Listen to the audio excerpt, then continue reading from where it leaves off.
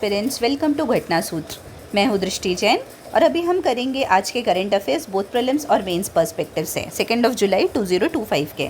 आज सुबह हमने देखा था कि कैसे कौन कौन से टॉपिक प्रीलिम्स और मेंस के आज के न्यूज़पेपर में आए हैं। तो चलो अभी हम स्टार्ट करते हैं प्रीलिम्स के question. The first question is look at these statements about Ratle and Kishanganga hydro electric projects. तो रेटल और किशनगंगा के बारे में पूछा, ये दोनों HEPs हैं। तो the first point is Ratle hydro electric project is run of the river project on Jhelum river. कौन से रिवर पे बोल रहा है? झेलम रिवर पे है। Second point is Kishanganga hydro electric project diverts water from Kishanganga river to Chenab basin to produce electricity. तो बोल रहे हैं कि किशनगंगा रिवर से हम चेनाब बेसिन पानी ले जाते हैं इलेक्ट्रिसिटी प्रोड्यूस करने के लिए। Third point is both projects are located in the union territory of Jammu and Kashmir. बोल रहा है कि दोनों जम्मू एंड कश्मीर में लोकेटेड है। अब पूछा है how many of the above statements are correct. ठीक है, तो इसमें अपन को क्या ध्यान रखना है, मैंने जो बताया था कि हाउ मेनी पूछा है। अब ऑप्शन है only one, only two, all three and none. The correct answer is पूछा है how many of the following are correct. तो the correct answer is only one, सिर्फ एक ही स्टेटमेंट करेक्ट है। क्योंकि फर्स्ट वाला क्यों गलत है? देखो फर्स्ट स्टेटमेंट था ना Ratle HEP is the run of a river project on Jhelum river. तो झेलम पे नहीं है, ये कौन से रिवर पे? चेनाब पे है। ध्यान रखना, रेटल कौन से रिवर पे? चेनाब रिवर पे, किश्तवाड़ डिस्ट्रिक्ट में, जम्मू एंड कश्मीर में। ठीक है, अब सेकेंड जो बोला था कि किशनगंगा से हम पानी डाइवर्ट कर रहे हैं चेनाब में, तो ये वाला स्टेटमेंट देखना है। लेकिन इसमें ये गलत है।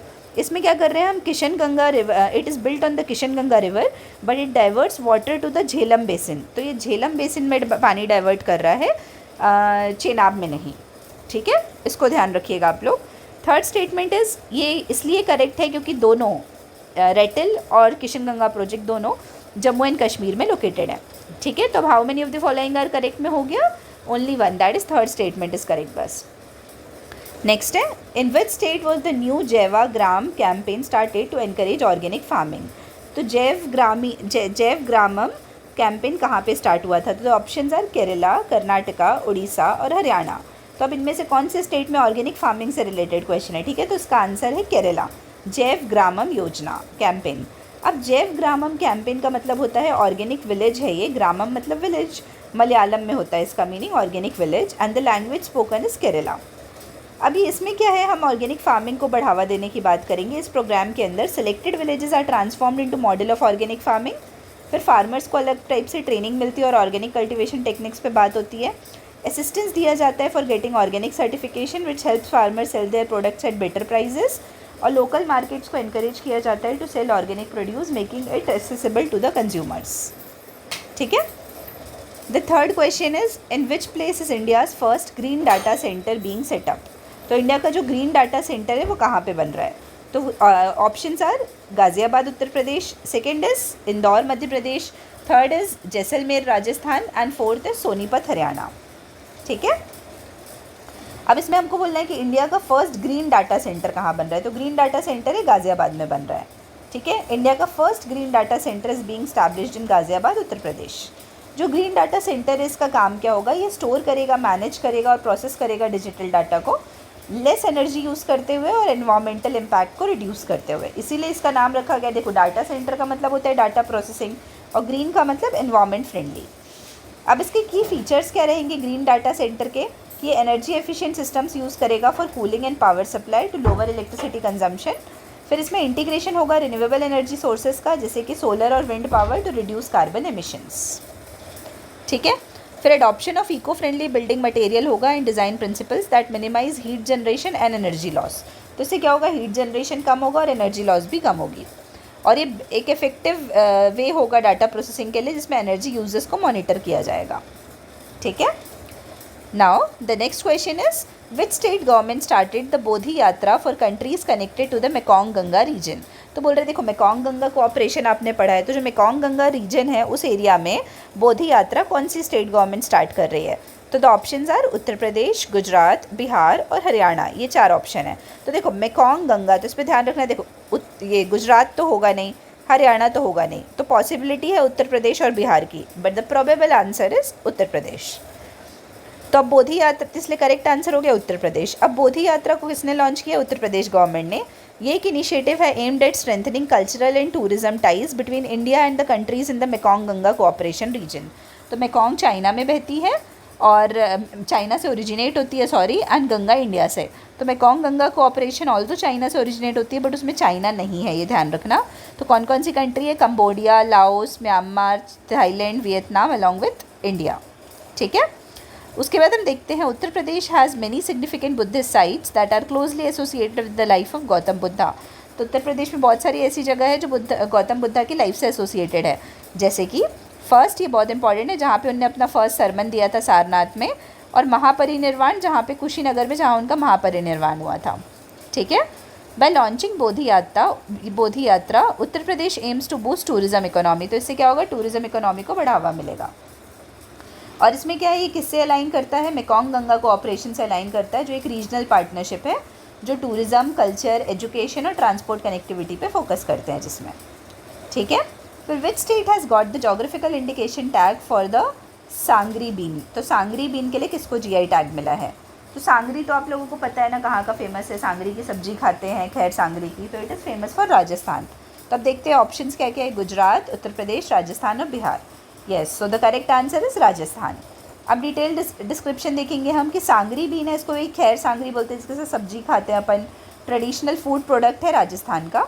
जीआई टैग एक स्पेशल लेबल है जो जीआई एक्ट के अंदर दिया जाता है, और इससे उसका जोग्राफिकल लोकेशन के हिसाब से उस प्रोडक्ट को प्रिजर्व किया जाता है। The bean grows mainly in arid and semi arid regions of Rajasthan, especially in the Thar desert. It comes from a plant called prosopis cineraria. तो कौन सा प्लांट है? प्रोसोपिस सिनेरेरिया, जो लोकली उसको खेजड़ी ट्री बोलते हैं। ये इंपॉर्टेंट है, मोस्ट इंपॉर्टेंट, ये ध्यान रखिएगा। Sangri beans are collected from the pods of this tree. तो इस ट्री से कलेक्ट की जाती है, जो कि हॉट और ड्राई क्लाइमेट में थ्राइव करता है। ठीक है। आई होप ये क्लियर होगा प्रीलिम्स वाला टॉपिक। अब आते हैं मेंस वाले टॉपिक में। तो मेंस में हम 2 क्वेश्चन करेंगे काफ़ी एनालिटिकल तरीके से, जिसमें IBC जो मैं टेक्निक बताती हूँ कि इंट्रो, बॉडी, कंक्लूजन, उस वाले तरीके से हमको करना है। तो the first question is which की industries are covered under the India's PLI schemes, how have these industries helped create job and boost the economy. तो बोल रहे हैं कि इंडिया के PLI स्कीम के अंदर कौन कौन से सेक्टर्स आते हैं, कौन कौन सी इंडस्ट्री आती है, और कैसे ये जॉब्स को बूस्ट करेगी, इकोनॉमी को बढ़ावा देगी। तो इसमें 2 पार्ट है, फर्स्ट और सेकेंड, और हमको इंट्रो और कंक्लूजन तो लिखना ही है। तो चलो अब हम मूव ऑन करते हैं आंसर की तरफ। तो हम सबसे पहले इंट्रो में क्या लिखेंगे? PLI स्कीम के बारे में लिखेंगे। तो प्रोडक्शन लिंक्ड इंसेंटिव स्कीम कब लॉन्च हुई थी? 2020 में लॉन्च हुई थी। ये स्ट्रैटेजिक गवर्नमेंट ऑफ इंडिया का एक स्ट्रैटेजिक इनिशिएटिव है, जिसमें डोमेस्टिक मैन्युफैक्चरिंग को हम बढ़ावा दे रहे हैं, जिससे कि इंपोर्ट डिपेंडेंसी अपनी कम की जा सके और ग्लोबली कॉम्पिटिटिव हो सके हमारी इंडस्ट्रीज़। तो अभी कितना 14 की सेक्टर्स को ये कवर करता है, और इसका अप्रॉक्सीमेट आउटले है 1.97 लाख करोड़ रुपीज़। ये ध्यान रखिएगा। ठीक है, मतलब ये प्रीलिम्स में भी पूछा जा सकता है। अब कौन कौन से सेक्टर्स इसमें इंक्लूडेड है, जो क्वेश्चन पूछा था कौन कौन सी इंडस्ट्रीज़, तो 14 सेक्टर्स इंक्लूडेड हैं। तो इसमें देखते हैं pharmaceutical and bulk drugs included हैं, mobile manufacturing and electronic components included हैं, मेडिकल डिवाइसेस हैं, ऑटोमोबाइल एंड ऑटो कंपोनेंट्स है, जिसमें EVs और एडवांस टेक्नोलॉजी आएगी, स्पेशलिटी स्टील है, टेलीकॉम एंड नेटवर्किंग प्रोडक्ट्स है, इलेक्ट्रॉनिक एंड टेक्नोलॉजी प्रोडक्ट्स है, वाइट गुड्स है, AC, LEDs, फूड प्रोसेसिंग है, टेक्सटाइल एंड टेक्निकल टेक्सटाइल्स है, सोलर PV मॉड्यूल्स है, एडवांस्ड केमिस्ट्री सेल है, ड्रोन्स है और ड्रोन कंपोनेंट्स है। ठीक है। अब इसमें हम देखते हैं इकोनॉमिक इम्पैक्ट और जॉब क्रिएशन कैसे होगा। तो एक बार सेक्टर्स मेरे हिसाब से आप लोगों को फिर से पढ़ लेना चाहिए, जिसमें ये चीज़ें याद हो जाए। तो mobile manufacturing and electronic component है, फार्मास्यूटिकल एंड बल्क ड्रग्स है, मेडिकल डिवाइसेस है, ऑटोमोबाइल्स एंड ऑटो कंपोनेंट्स है, जिसमें EVs भी आएंगे, स्पेशलिटी स्टील है, टेलीकॉम एंड नेटवर्किंग प्रोडक्ट्स है, इलेक्ट्रॉनिक और टेक्नोलॉजी प्रोडक्ट्स है, वाइट गुड्स है, फूड प्रोसेसिंग है, टेक्सटाइल एंड टेक्निकल टेक्सटाइल्स है, सोलर PV मॉड्यूल्स है, एडवांस्ड केमिस्ट्री सेल है, और ड्रोन्स एंड ड्रोन प्रोडक्ट्स है। ड्रोन्स भी ध्यान रखिएगा। ठीक है। अब economic impact and job creation की बात की जाए तो इन्वेस्टमेंट एंड प्रोडक्शन में आते हैं। तो PLI schemes have attracted 1.7 lakh crore rupees across sectors. कब तक? 2025 मार्च तक।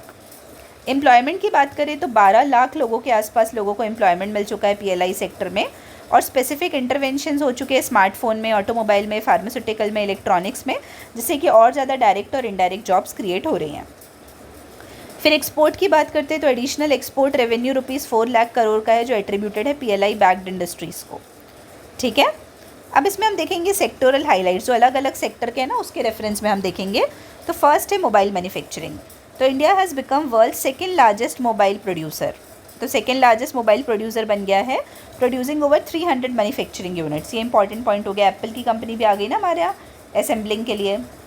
फिर नेक्स्ट है ऑटो और ईवी कंपोनेंट्स में देखते हैं, तो ईवी फोकस्ड पीएलआई। तो ईवी में जब पीएलआई फोकस की बात करते हैं, projected to create more than 7.5 lakh direct jobs होंगी। फार्मास्यूटिकल और बल्क ड्रग्स की बात करेंगे तो इसमें डोमेस्टिक वैल्यू एडिशन होगा अराउंड 84% का, ये इंपॉर्टेंट है। फिर मल्टीप्लायर बेनिफिट्स और क्या क्या हैं इसके, एमएसएमई को इंटीग्रेट कर सकते हो। जैसे एमएसएमई को कैसे इंटीग्रेट करते हैं बेसिकली, जैसे मान लो आपको कोई छोटे छोटे प्रोडक्ट्स बनवाना है या कोई प्रोडक्ट बनाना है, तो आप उनको ऐसे टारगेट दे देते हो कि इतना आपको ये बनाना है, इस सेक्टर के लिए करना है, उससे एमएसएमई का इंटीग्रेशन हो सकता है। फिर टेक्नोलॉजी एंड इनोवेशन पे फोकस होगा क्योंकि R&D एक्सपेंडिचर बढ़ेगा स्पेसिफिकली फार्मास्यूटिकल्स में। स्ट्रैटेजिक ऑटोनॉमी मिलेगी जिससे रिड्यूस डिपेंडेंस होगा चाइनीज़ प्रोडक्ट्स पे, specifically in electronics, laptops and telecom gears. ठीक है, तो देखो हमने दोनों पार्ट कर लिया कि कौन कौन से सेक्टर कवर है और कैसे इकोनॉमी को बूस्ट करेगा।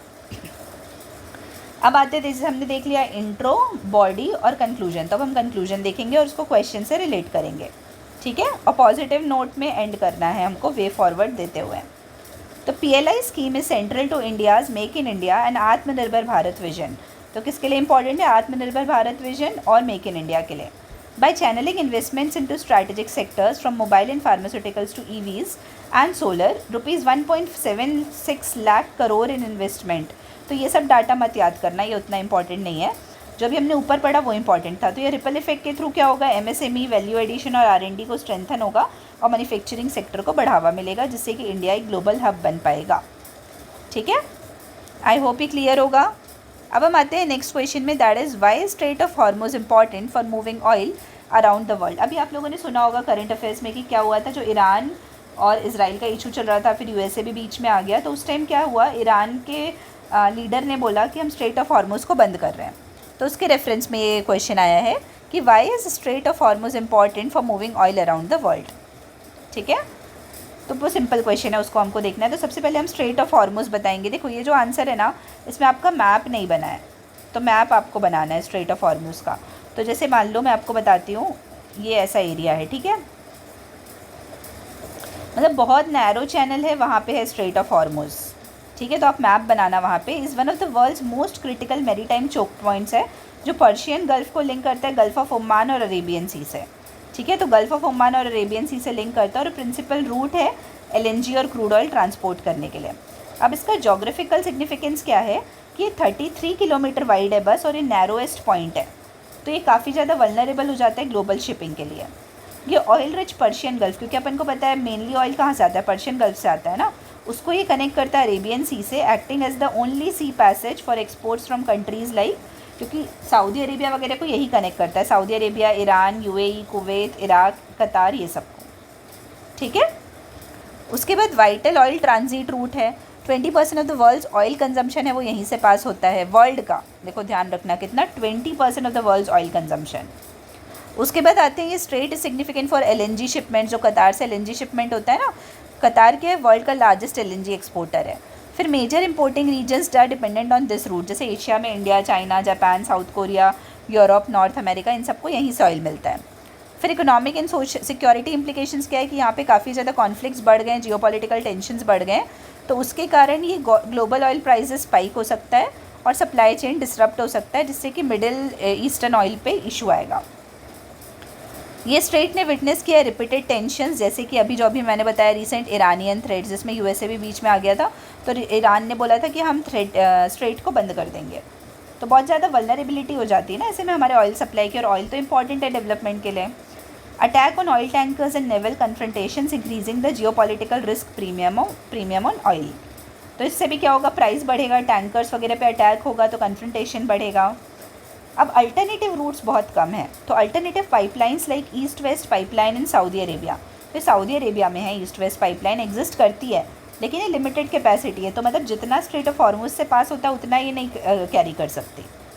10 स्ट्रेट अभी क्या है, इररिप्लेसेबल आर्टरी है ग्लोबल ऑयल लॉजिस्टिक्स के लिए, मतलब इसको अभी कोई भी रिप्लेस नहीं कर सकता, पर्शियन गल्फ को भी कनेक्ट करने वाला और कोई चीज़ अभी हमारे सामने नहीं है। तो हमने देख लिया इसका इंपॉर्टेंस, और मैप तो मैंने आपको बोला ही ऐड करने। ठीक है, अब हमने इंट्रो देख लिया, बॉडी देख लिया, अब हम आते हैं कंक्लूजन की तरफ। The strait of Hormuz is indispensable for global energy flows acting as a lifeline for oil and gas exports from the Persian gulf. तो ऑयल एंड गैस एक्सपोर्ट्स के लिए लाइफ लाइन है, और इसकी जो narrow geography है ना और जियोपॉलिटिकल वोलेटिलिटी है, ये इसको और वल्नरेबल बना देती ग्लोबल इकोनॉमी में। लेकिन यदि हम यहाँ की स्टेबिलिटी मेंटेन कर पाए और फ्रीडम ऑफ नेविगेशन इंश्योर कर पाए तो रीजनल प्लेयर्स को भी फ़ायदा होगा और बाहर वाली कंट्रीज़ को भी फ़ायदा होगा। ठीक है, तो आई होप ये क्लियर होगा। इस तरीके से हमने ये वाला आंसर यहाँ पे ख़त्म किया। मैं एक काम करती हूँ, मैं आप लोग को स्ट्रेट ऑफ हॉर्मोज का एक बार मैप भी दिखा देती हूँ, तो वो आप लोगों के लिए काफ़ी सही रहेगा। तो देखो ये आपको दिख रही है, ये स्क्रीन विजिबल होगी। तो यहाँ पे देखना स्ट्रेट ऑफ हॉर्मोज, यहाँ पे ये रेड कलर का मार्क किया हुआ है, तो ये है इतना छोटा सा स्ट्रेट ऑफ हॉर्मोज। ये पर्शियन गल्फ़ को जो गल्फ़ ऑफ ये अरेबियन सी से जो कनेक्ट करता है। तो कौन कौन सी कंट्रियाँ उधर अगल बगल, ये भी देख लो, Iran, Iraq, Saudi Arabia, Oman, UAE, ये सब अगल बगल में कंट्रीज़ हैं। ठीक है, तो आई होप ये क्लियर होगा आपको। ये वाला डायग्राम तो यही आपको मैप में बनाना है जब ये क्वेश्चन यदि इस टाइप का आता है तो। ठीक है, तो आई होप ये क्वेश्चन समझ आया होगा, दोनों क्वेश्चन। अब अपन कल मिलेंगे कल के करंट अफेयर्स के साथ। तब तक आप लोग जो भी आज अपन ने इंपॉर्टेंट चीज़ें पढ़ी हैं, आर्टिकल्स प्लस क्वेश्चंस, एक बार उसको रिवाइज़ कर लीजिए। ठीक है, आप सभी को बहुत बहुत धन्यवाद and all the very best.